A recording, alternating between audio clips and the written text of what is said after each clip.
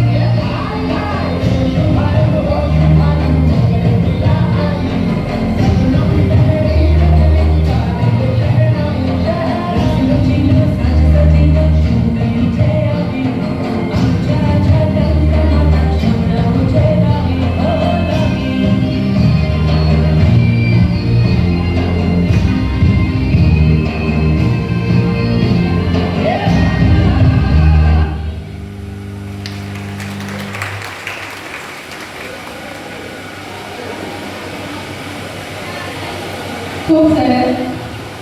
આજના મહેમાન ડોક્ટર ધીરજભાઈ યાદ પરમાર જેઓ શિક્ષણ ક્ષેત્રે 43 વર્ષ પ્રારંભ અનુભવ તારીખ 31/10/2025 રોજ વરોથી નિવૃત્ત, પરંતુ મેનેજમેન્ટને તારીખ 1/11/25 કોલેજના ડાયરેક્ટર તરીકે નિમણૂક કરેલ છે અને હાલમાં મહિલા બીએડ કોલેજમાં તેઓ ડાયરેક્ટર તરીકે ફરજ નિભાવી રહ્યા છે।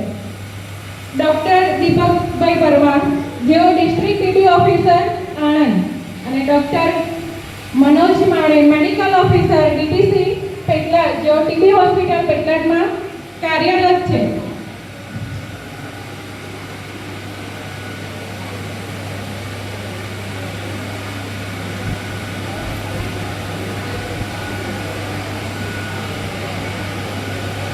મહેમાનશ્રીઓને રિક્વેસ્ટ કરું છું દીપ પ્રાગટ્ય માટે। દીપ પ્રાગટ્ય આજના કાર્યક્રમમાં મંચસ્થ મહાનુભાવોને આમંત્રિત કરું કે આવો દીપ પ્રાગટ્ય કરો, સમારંભને ખુલ્લો જાહેર કરો। હે દીવાની જ્યોત ઉપર બ્રહ્મ છે, તું જગતના દુઃખ ભરનાર છે। હે દીપ જ્યોતિ અમાર પર કૃપા કરો। હે દીપ જ્યોતિ તમને અમારા નમસ્કાર હો।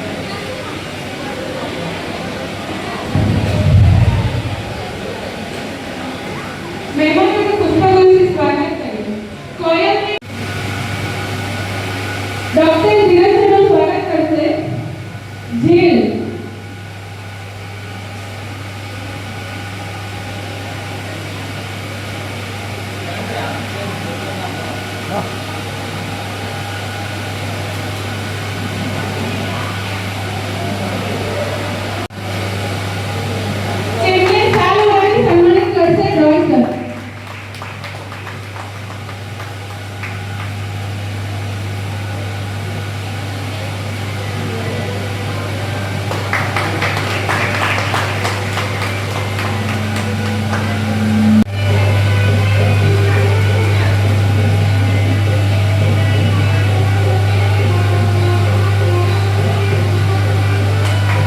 તેમને સાલ ઉડાડી સન્માનિત કરશે રવિ સર.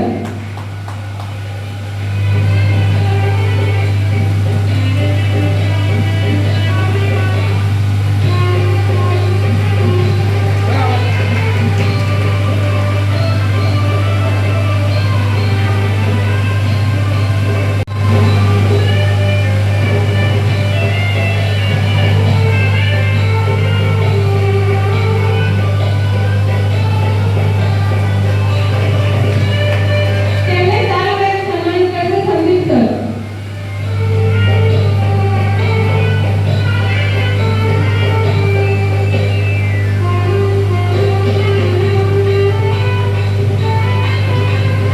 તેમનું સ્વાગત કરશે ખુશી.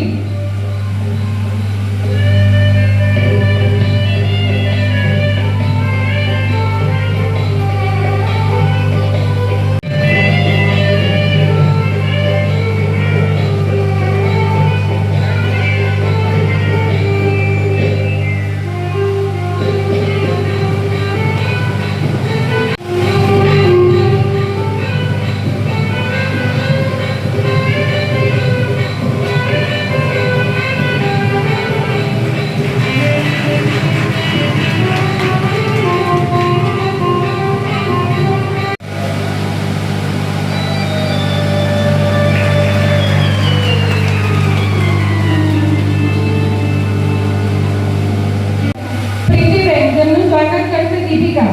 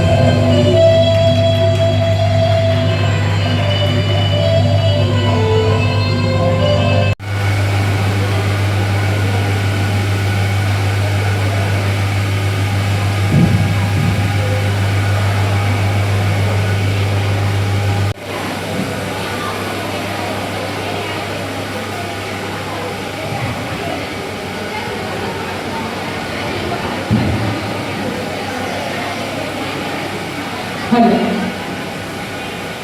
બોર્ડ સ્ટાફ દિવ્યા મેડમનું સ્વાગત કરશે ફાલ્ગુની.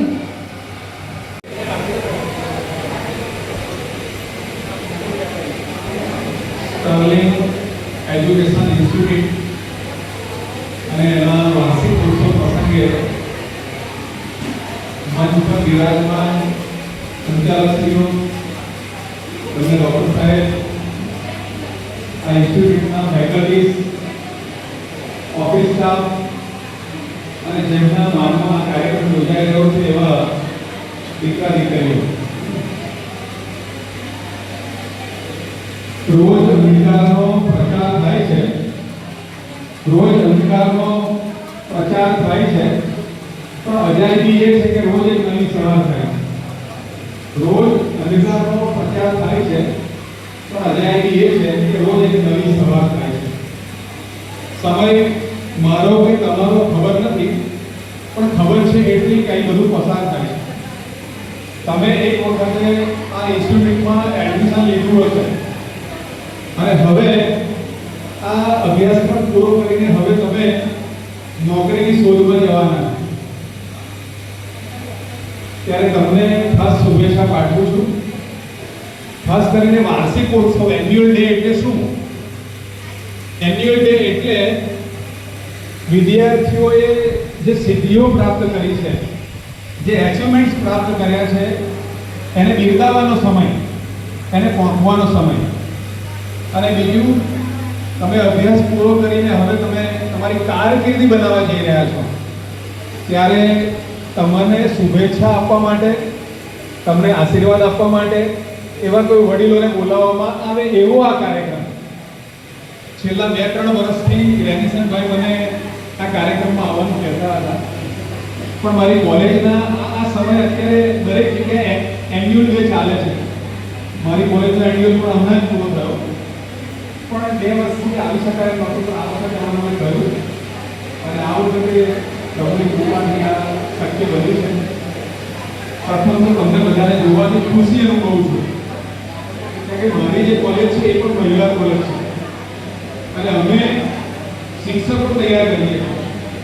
અમારે ત્યાં BA, MA, BSc, MA, MCom, MSc જેવી દીકરીઓ આવે, 2 વર્ષ ભણે અને 6થા ધોરણથી 12મા ધોરણમાં ભણાવી શકે એવી શિક્ષિકા બહેનોને તૈયાર કરીએ.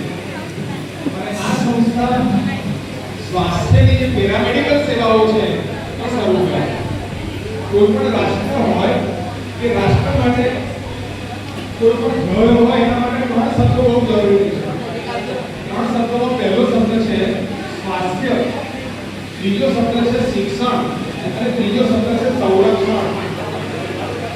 સ્વાસ્થ્ય, શિક્ષણ અને સંરક્ષણ, આ 3 શબ્દો કોઈ પણ રાષ્ટ્ર માટે એ બહુ જ અગત્યના છે. અત્યારે તમે જુઓ કે સંરક્ષણની કેવી મોટી પ્રશ્ન ઉભો થયો છે. શસ્ત્ર આપણે બાજુએ મૂક્યું અને શાસ્ત્ર બાજુએ મૂક્યું અને શસ્ત્ર ઉપાડ્યા. સંરક્ષણનો બહુ મોટો પ્રશ્ન. આપણે ઘર હોય કે ઘરની અંદર સંરક્ષણના નિયમો હોય, ત્યારે 7 વાગે આવી જવાનું, 8 વાગે આવી જવાનું, 8 વાગે ઉઠવાનું. બીજું શિક્ષણની વાત, આ અભ્યાસ કરવાનો. અને ત્રીજી વાત છે સ્વાસ્થ્યની વાત. ગુજરાતીમાં એવું કહેવાય છે, પહેલું સુખ તે જાતે ન રહ્યા. પહેલું સુખ કે જાતે ન રહ્યા, એટલે આપણે શરીરથી સુખી હોઈએ. પણ તમારા બધાનો જે વ્યવસાય છે ને, મને ડૉક્ટર સાહેબ છે પણ મારે કહેવું પડશે કે ડૉક્ટર સાહેબનો જે વ્યવસાય છે એ માણસની પીડાનો વ્યવસાય છે. બીજા બધા વ્યવસાયો, ડૉક્ટરનો વ્યવસાય એવો છે કે માણસને જેમ જેમ પીડા થાય એમાંથી એમને આવક મળે અને જેમ પીડા વધારે એમ આવક વધારે. બહુ મોટું ઓપરેશન તમારે બહુ મોટા પૈસા અને સામાન્ય તાવ માથું દુખતું હોય તો 50-60 રૂપિયામાં પતી જાય. હું મોટી હોસ્પિટલમાં જાઉં છું ત્યારે ત્યાં લખેલું હોય છે કે ડૉક્ટર છે એ દર્દીના પીડામાંથી એની આવકનું સાધન કરે. પણ કોઈ પણ મોટો ડૉક્ટર હોય, બહુ મોટો સર્જન હોય, પણ એને સબ સ્ટાફ જોઈએ, પેરામેડિકલ સ્ટાફ જોઈએ. ડૉક્ટર ઓપરેશન કરે ત્યારે એકલા નથી જતા, એની આજુબાજુ કેટલા 4-5 માણસો હોય છે અને 4-5 માણસોમાંથી કેટલાક આમાંથી જવાના, આમાંથી કેટલાક ત્યાં ઉભા રહેવાના. હા, તેથી અત્યારે સ્ટડી પણ કરે છે અને જોબ પણ કરે છે. મારે કહેવાનો મતલબ એ કે તમે બધા કોઈ મોટા સર્જનની પાસે તમે જશો ત્યારે તમારી જે સેવાઓ છે, સબોર્ડિનેટ સેવાઓ, તમારી જે સેવાઓ છે એ સેવાઓ બહુ જ અગત્યની છે. ડૉક્ટર એકલા કશું કરી શકે નહીં અને એ સેવાઓ જે છે પેરામેડિકલ સેવાઓ એ તમારા હાથે થવાની છે. ત્યારે આજે તમને બહુ જ હાર્દિક શુભકામનાઓ પાઠવીએ છીએ.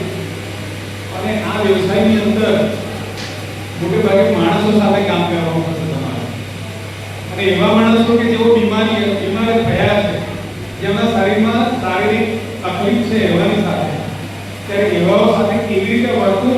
એ પણ બહુ જરૂરી છે. કોઈ પણ વ્યવસાય જે છે, કેટલાક વ્યવસાયો ફાઇલના વ્યવસાયો, ઓફિસોમાં જાઓ તો ફાઇલો ચાલતી હોય, કમ્પ્યુટર પર કામ ચાલતું હોય, બેંકમાં જાઓ તો તમને કોઈ જોતું નથી. પરંતુ તમે તમારો જે સેવાનો ક્ષેત્ર છે, ડોક્ટરની પાસે દર્દી આવે ત્યારે ડોક્ટરે દર્દીની વાત સાંભળવી પડે છે.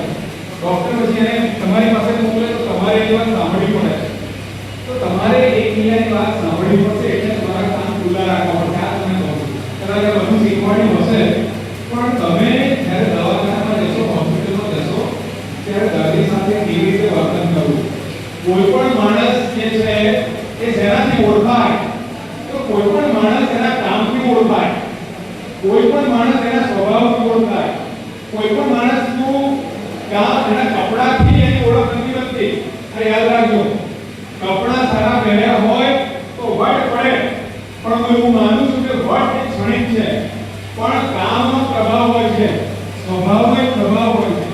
અને એ જે પ્રભાવ છે, એક ડોક્ટર સારી વર્તન કરશે, એનો પેરામેડિકલ સ્ટાફ એ દર્દીની સાથે સારો વર્તાવ કરશે, તો એના બધા સગાને કહેશે કે આ હોસ્પિટલમાં જાઓ, ડોક્ટર આપણી વાત સાંભળે છે, એમનો જે સ્ટાફ છે આ વાત સાંભળે છે, મારે આ વાત કહેવી છે. તમારું બોલવું કેવું હોય? તમારું બોલવું કે જે કૃપાયુક્ત હોય, સલુણું હોય, એટલે સાંભળનારનું કલ્યાણ થાય. તમારે પણ દર્દીની વાત સાંભળવાની. કદાચ તમને મારી વાત વધારે પણ લાગે, કારણ કે તમારે બધા કાર્ય પણ કરવાના છે, પણ હું આખું સાચું બોલવાનું નથી. પણ મારે આ મનમાં આ એક ઈચ્છા થાય છે કે મારે તમને શું કહેવું જોઈએ. આજે તમે બહુ સારા ક્ષેત્રની અંદર જઈ રહ્યા છો. આજે સ્વાસ્થ્યનું બહુ મોટું ક્ષેત્ર છે. આણંદ તો મને લાગે છે કે દવાખાનાની નગરી છે. એક દુકાન મૂકો ને મોટી હોસ્પિટલ આવે. અમુક એરિયા તો હોસ્પિટલથી ભરેલા છે, અને કોઈ પણ હોસ્પિટલ જે છે ને એની અંદર રોજના એટલા બધા દર્દીઓ આવે છે. જેમ વધારે માણસો માદા પડે તમારું ક્ષેત્ર સારું ચાલે. પણ આજે હું એવું નહીં કહું, કોઈ હોસ્પિટલ નવી બનતી હોય અને એક દિવસે આપણે કહીએ કે આ હોસ્પિટલના ઉદ્ઘાટનમાં એવું કહીએ કે આ હોસ્પિટલ કાયમ માટે ખાલી રહે, તો મને મુખ્ય મહેમાન તરીકે બોલાવવામાં આવે ને તો હું તો એવું કહું કે આ હોસ્પિટલ ઘણા ડોક્ટર પણ બેઠા હોય, પણ એમ કહું કે આ હોસ્પિટલ કાયમ માટે તો બધા આવા પણ હું માનું છું કે ખાલી રહે. કારણ કે સ્વાસ્થ્ય છે, અને આજે વસ્તુ એવા થયા છે કે સ્વાસ્થ્ય માટે બહુ મોટો ખતરો છે. આજે દરેકને કંઈક ને કંઈક શરીરની અંદર તકલીફો થઈ જાય છે. એનું કારણ છે, એના કારણોમાં નથી પડવું, પણ આજે માણસની મહત્વાકાંક્ષાઓ એટલી વધતી જાય છે. આજે દરેક નાના બાળકો પણ હવે ડાયાબિટીસથી પીડાઈ રહ્યા છે. આજે બધા જ માનસિક ખેંચ અનુભવી રહ્યા છે, કારણ કે આપણી ઈચ્છાઓ મહેચ્છાઓ વધતી જાય છે. પહેલા સાદું સરળ જીવન હતું. પહેલા લોકો જીમમાં જતા હતા એટલે જીમમાં જવાની જરૂર નથી પડતી. જો જીમમાં જવાનું બંધ થયું એટલે જીમમાં જવાનું શરૂ થયું. હવે જીમમાં જઈએ તો ગાડી લઈને જવાનું, બાઇક લઈને જવાનું. રાધાઘાટે ચાલવા જવું છે, પણ રાધાઘાટે જવા માટે બસ બાઇક લઈને જઈએ, ગાડી લઈને જઈએ. આ પ્રશ્નો છે. કદાચ તમને નહીં ગમે એવી વાત પણ છે, પણ મને લાગે છે કે સ્વાસ્થ્ય માટે તમે જવાના છો. મારો પ્રશ્ન એ છે કે તમે જે હોસ્પિટલમાં જાઓ, જે ઇન્સ્ટિટ્યૂટમાં જાઓ, કોઈ આઈએસમાં જશે, કોઈ ઝાયડસમાં જશે, કોઈ મેડિકલમાં જશે, પણ ત્યાં તમે તમારા કામથી, તમારા સ્વભાવથી એક એવી આગવી ઓળખ તમે ઊભી કરજો. સ્ટર્લિંગ એજ્યુકેશનમાંથી તમે જે શિક્ષણ લીધું છે, તમને જ્યાં મેડમોએ સરે ભણાવ્યા છે, આ સંચાલકો મેનેજરોએ તમને શિક્ષણ આપ્યું છે, સરકારે યોજના કરી છે, એ એડે ન જાય. તમારે જ્યારે પણ પેલા દર્દી સાથે વ્યવહાર કરવાનો થાય ત્યારે તમારા મુખમાંથી વિકાસ નીકળે. જો હું બોલું અને કોઈને ગમે નહીં, હું બોલું અને કોઈને ટ્રાફિક ન લાગે, હું બોલું અને કોઈને માધુર્ય ન લાગે, તો પછી મારા બોલવાનો અર્થ શું છે? અને તમારે પેલા દર્દીને ક્યારેય એને કશું આડો બોલો. ઘણી વખત એવા થાય છે, ડોક્ટર કરતા પેલા બીજો સ્ટાફ પણ વધારે એ કરતા હોય, પણ એવું નથી કરવાનું. ઘણા ડોક્ટર પણ એવા આનંદ એકાગ્ર ડોક્ટર એવા છે કે તમારી વાત ખરેખર વાત આજે સાંભળવાનું ઓછું કરવું છે. બધાને બોલવું છે, પણ સાંભળવું કોઈને નથી. સાંભળવું, સંભળાવવું અને સંભાળી લેવું, આ ત્રણ બાબતો છે. હું અત્યારે તમને સંભળાવું છું, તમે સાંભળી રહ્યા છો ને? મારી વાત તમારા કાનમાં જાય છે. હું અત્યારે સંભળાવું છું અને તમે શું કરો છો? સાંભળો છો. આ સંભળાવવાનું અને સાંભળવાનું એ બંને બરાબર થાય તો ત્રીજી વસ્તુ સંભાળી લેવાની થાય. તમને આ મેડમોએ બધું શીખવાડ્યું હશે. બેડ આમ કરવાનું, આ સોય આમ નાખવાની, આ બોટલ આમ જોઈએ, આ શીખવાડ્યું છે. પ્રેક્ટિકલ માટે તમે ગયા છો હોસ્પિટલમાં. હવે મેડમે તમને કહ્યું, સંચાલકોએ કહ્યું, એ સમજાવ્યું, સાંભળ્યું. હવે તમારે શું કરવાનું છે? હોસ્પિટલમાં જઈને જ્યારે તમારે પ્રેક્ટિકલ કરવાનું છે ત્યારે સંભાળી લેવાનું છે. મમ્મી ઘરમાં કહે છે, દીકરી સાંભળે છે, એ બરાબર સાંભળતા નથી, ત્યારે કોઈ સંભાળી લેવાનું બરાબર થતું નથી.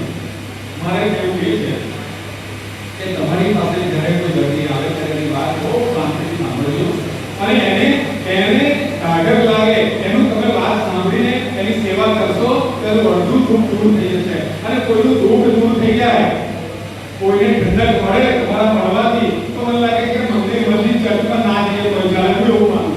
પુરાણમાંથી કૃષ્ણ અને ગીતામાંથી ખુદા, પુરાણમાંથી કૃષ્ણ અને ગીતામાંથી ખુદા, માનો તો મક્કાથી રામ નીકળે છે. પ્રત્યેક વ્યક્તિને સમજી લો તીર્થ તો ઉવાસી રામ નીકળે છે. તમારી સામે આવે માણસ એક તીર્થ તમે ગણી લેજો. તમારી સામે કોઈ દર્દી આવે ને એ એક મોટું તીર્થ છે અને એની તમે સેવા બરાબર કરશો, એનાથી એને ઠંડક થશે તો એના મોઢામાંથી કેટલી સુવાસિત નીકળશે અને તમારું જીવન ધન્ય બની જશે. ફરીને એકવાર તમારા બધાનો ખૂબ આભાર માનું છું. સ્ટર્લિંગ એજ્યુકેશન ઇન્સ્ટિટ્યૂટ આવી સરસ મજાની સેવાઓ પૂરી પાડે છે અને આજે રોજગારીની બહુ જરૂર છે. અને આ દીકરીઓ, આ દીકરાઓ, અમે એ હોસ્પિટલની અંદર નાની મોટી સેવાઓ દ્વારા તમારું કુટુંબ પણ બળતર બનશે અને જે આવક આવશે એમાંથી પણ તમે સુખી બનશો. ફરી એકવાર સ્ટર્લિંગ એજ્યુકેશનનો ઇન્સ્ટિટ્યૂટમાં અને સંચાલકોનો આભાર માનું છું અને ડૉક્ટર સાહેબ આપનો પણ આભાર માનું છું. આ ફેકલ્ટી છે એમનો પણ આભાર માનું છું. અને બધી જ મારી દીકરીઓ અને દીકરાઓને ખૂબ ખૂબ શુભેચ્છા પાઠવું છું.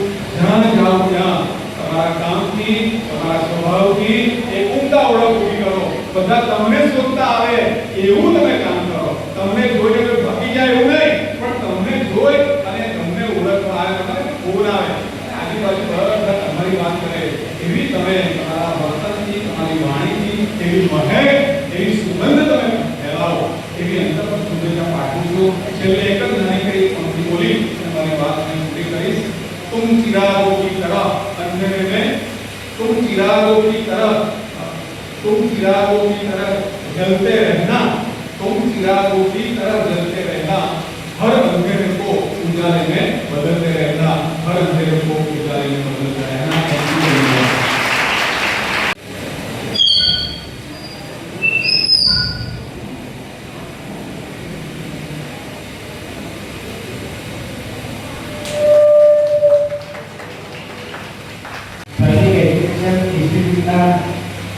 चेयरमैन, डिरेक्टर, शिक्षण कामोથી રહેલા સાહેબ, આઈટીઆઈના સાહેબ, માની સાહેબ, તમામ ટીમ સ્ટાફ, ફેકલ્ટી તથા એડમિનિસ્ટ્રેશન સ્ટાફ, તમામ સ્ટુડન્ટો, આજે અમને બોલાવી અમારું સ્વાગત કર્યું એનો ખૂબ ખૂબ આભાર. હું જિલ્લા ટીબી ઓફિસર, જિલ્લા એચઆઈવી ઓફિસર, જિલ્લા લેપ્રસી ઓફિસર છું. બરાબર. સાહેબે મારું સ્વાગત કર્યું. અમારો અત્યારે હાલ 24 માર્ચ વર્લ્ડ ટીબી ડે 2 દિવસ પહેલા જ પૂરો થઈ ગયો છે. તમને ટીબી વિશે થોડું જણાવીશું. બરાબર.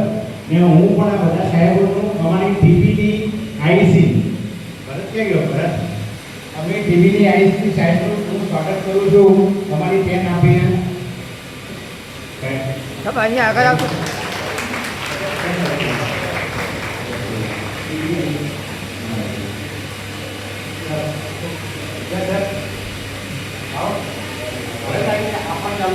તમારા બધા ફેકલ્ટી સ્ટુડન્ટોને પણ આ ટીબીની આઈસીની પેન આપી અમે તમને પછી ટીબી વિશે સમજાવી.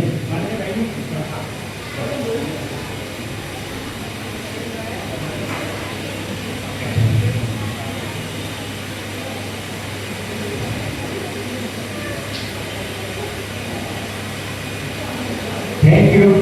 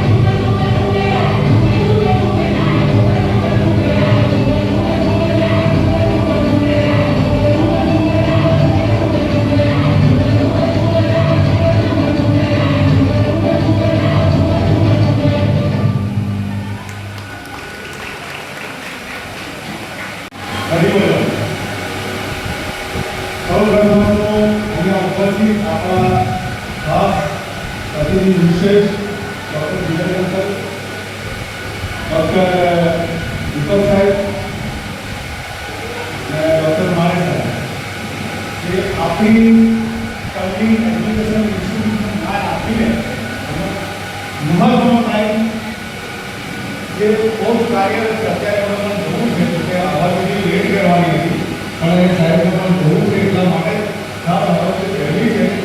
હું બે બાબતો કહેવા માંગીશ કે આપણી સાથે જે ગુરુઓ છે ને એ બહુ વધારે ગુરુઓ છે. આમાં પહેલા આપણા અતિથિ મિત્ર ડૉક્ટર ધીરેન્દ્ર મારે વાત કરી એ સાહેબની જોડે મારો ઘર જેવો કાંતો છે.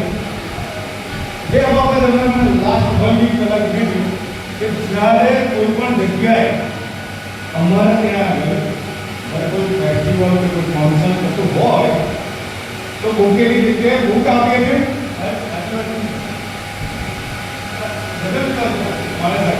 બોકેલી જગ્યાએ બુક આપીએ છીએ અને પેપ્સીની જગ્યાએ પુસ્તક આપીએ છીએ.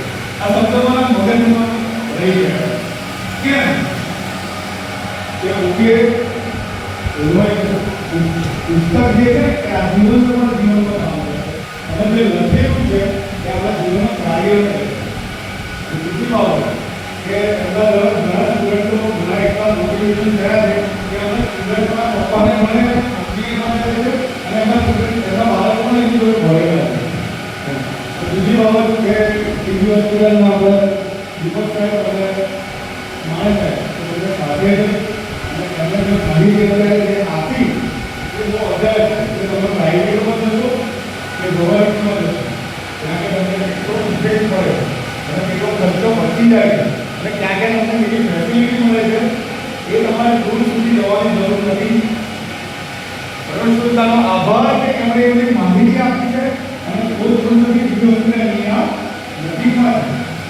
બધા તમારા રિલેટિવ્સમાં દુનિયામાં ક્યાં પણ વિદ્વાનની ખબર તમે ડાયરેક્ટ કોન્ટેક્ટ કરી શકો છો અને માહિતી તમને આપી જાય. તો ગુરુ તરીકે આપણે ત્રણ ગુરુઓ છે મને એક વાર્તા યાદ આવે છે.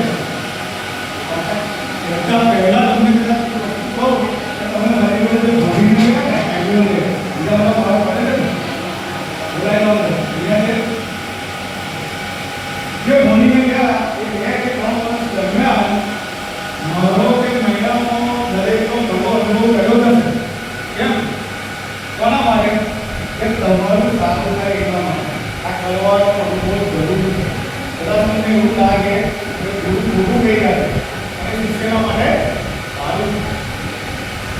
એક વાર્તા કદાચ મેં કીધી નથી પણ ફરીથી કીધું. એક ગુરુ અને શિષ્ય બંને એક જંગલમાં જતા હવે જંગલમાં જતા રાત થઈ ગઈ હવે ત્યાં પ્રાણીઓને જંગલી રાત કરતા હોય તો અમે એવું વિચાર્યું કે આપણે અહીંયા વ્યવસ્થિત જગ્યા છે ત્યાં રોકાઈ જઈએ અને એ જગ્યા પર સાહેબ ત્યાં જગ્યા પર એક નાનકડું ઘર હતું એ લોકો ત્યાં રોકાવા માટે ગયા. તો એ ઘરમાં રોકાવા ગયા ને એક જ માણસ હતો બહુ ગરીબ હતો નાનકડી ઝૂંપડી હતી. એ ઝૂંપડીમાં ત્યાં પહોંચ્યા અને આ બંને ગુરુ અને શિષ્ય એ રોકાણ માટે એમને વિનંતી કરી કે આજનો બધો સમય બધા રોકાઈ ગઈ. પેલા પૈયા થયું વાંધો નહીં રોકાઈ જાઓ. અંદર ગયા જોયું તો એટલો ગરીબ માણસ હતો કે એને ઘરે સુવા માટે ખાટલો કે પલંગ હતા નહીં. એને તમારોની પથારી જોડે ગઈ અને 3 જોડે સુઈ ગયા. રાત્રે 2 થી 3 વાગ્યાની આસપાસ આ લોકોએ ચર્ચા ચાલુ કરી કે તમને આટલા ગરીબ કેમ તમારી પાસે કશું છે નહીં આજીવિકા તમારી કેવી રીતે ચલાવો છો. અમે કીધું કે જો મારી બહુ બધી જમીનો છે હા બહુ બધી જમીનો છે અને એ માણસ ખરેખર ધનાઢ્ય હતો જમીનો બહુ બધી હતી અને જમીનોમાં ગામવાળાએ એવું કીધું કે આ જમીન ફળદ્રુપ નથી આની પર તમે કામ કરશો તો કશું ઉપજ થવાની નથી એટલે હું એ જમીન ખેડતો નથી. ગુરુએ કીધું તો તારી આજીવિકા કેવી રીતે ચાલે તું તારું જીવન દરમિયાન રોજનું જમવાનું કેવી રીતે મેનેજ કરે છે. અને એમ કીધું કે મારી પાસે એક ભેંસ છે અને ભેંસનું જે દૂધ આવે એમાંથી મારી ઘર ચાલે મારી આજીવિકા ચાલે. સવારના 5 વાગે એ ગરીબ માણસ સૂતો હતો ત્યારે ગુરુએ શિષ્યને ઉઠાડ્યો કે ચાલ આપણે નીકળીએ અને પેલી ભેંસે લઈ ગઈ. કોણે કીધું? ગુરુએ કીધું શિષ્યને ભેંસ લઈ ગઈ. હવે ગુરુ શિષ્યને ભેંસ મારો નીકળી નીકળી ગયા. હવે ત્યાંથી નીકળ્યા પછી શું કર્યું? આ સવારે ઉઠ્યો 7 વાગે અને 5 જોયું કે ભેંસઈ જતી રહી, ગુરુ જતા રહ્યા શિષ્ય.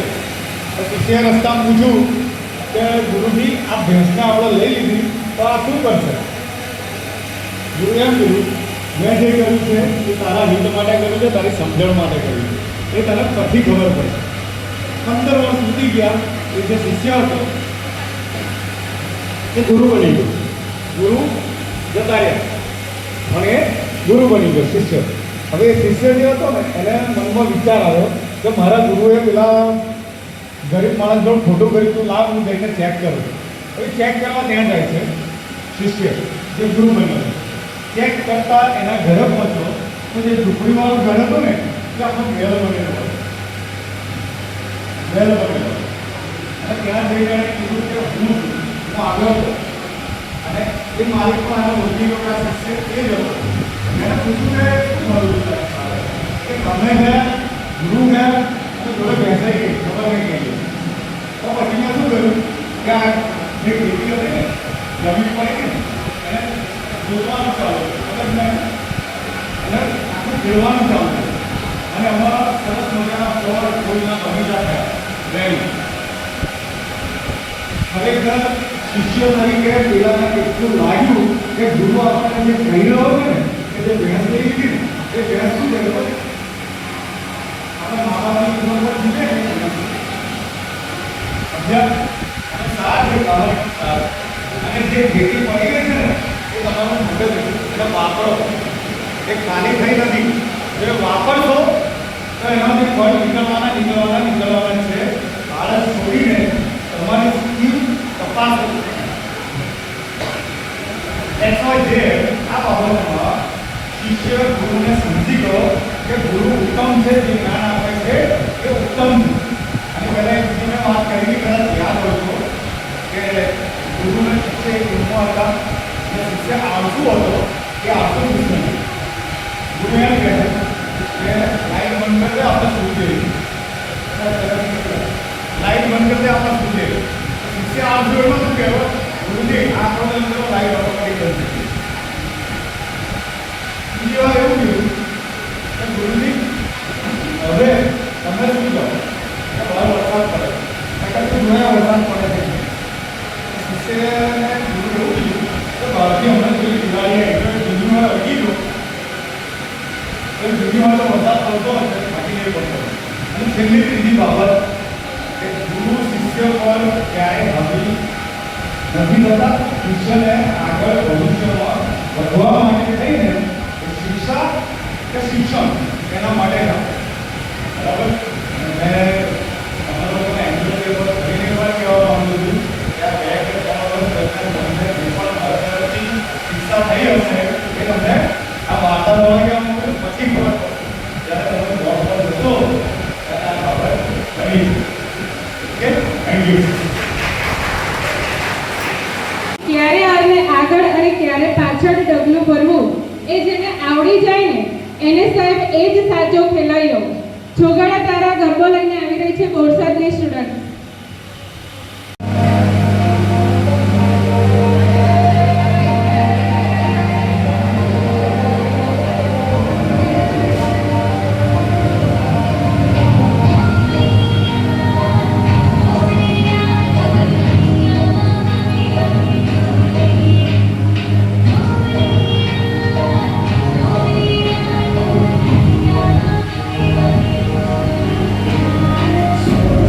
So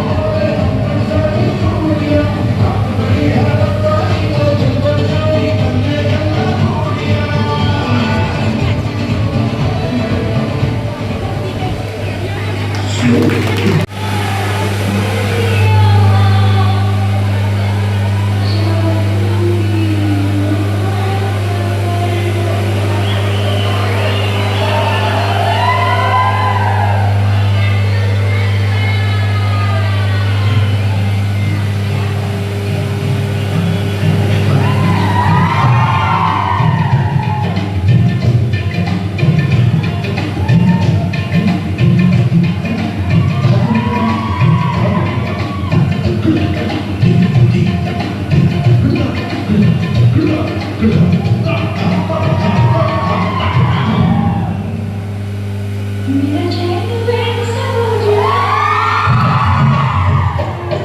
जालिम नजर हटा ले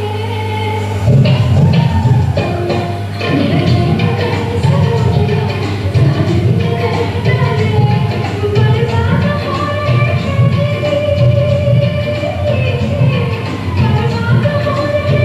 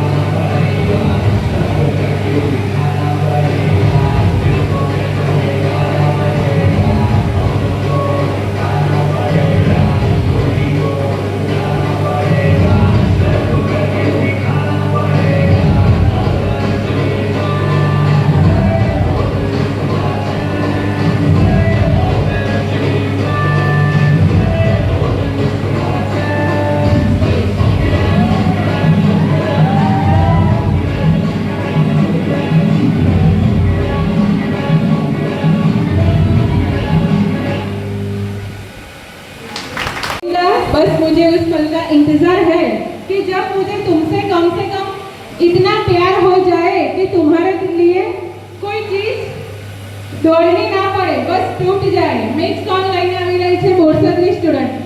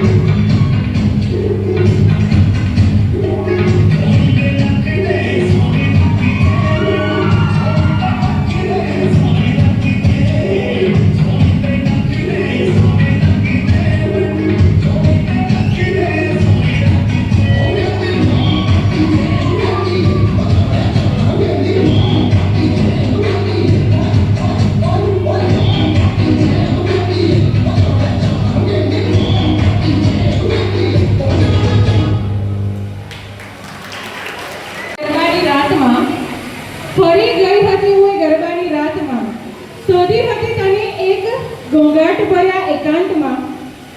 એકવાર તો રમીજો મારી જોડે ગરબા, તારું દિલ થોડી ઘણી ના ઉઠે તો કહેજે. ધૂમ ધૂમ ગરબો લઈને આવી રહી છે પેટલાદની સ્ટુડન્ટ.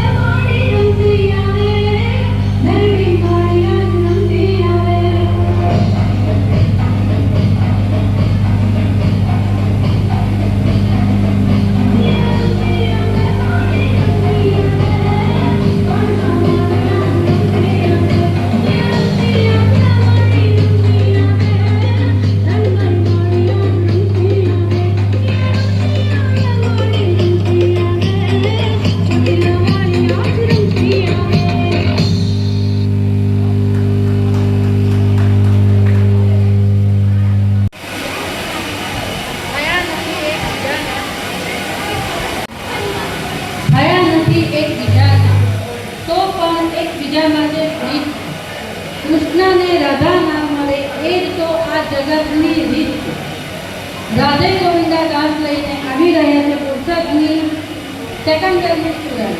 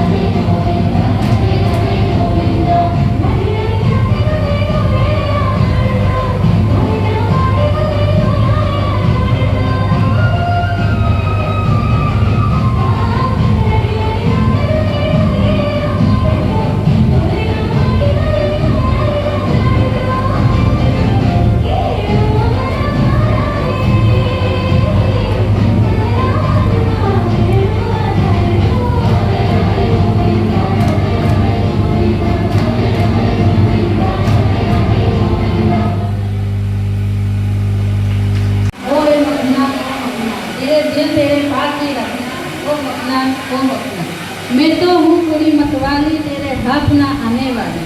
दीवाने दिल की दो के समझ मेरे प्यार रस तेरा चखना। मैं छोड़ आई दरबार मेरा और मखना डांस લઈને આવી રહી છે બોટાદની સેકન્ડ યરની સ્ટુડન્ટ।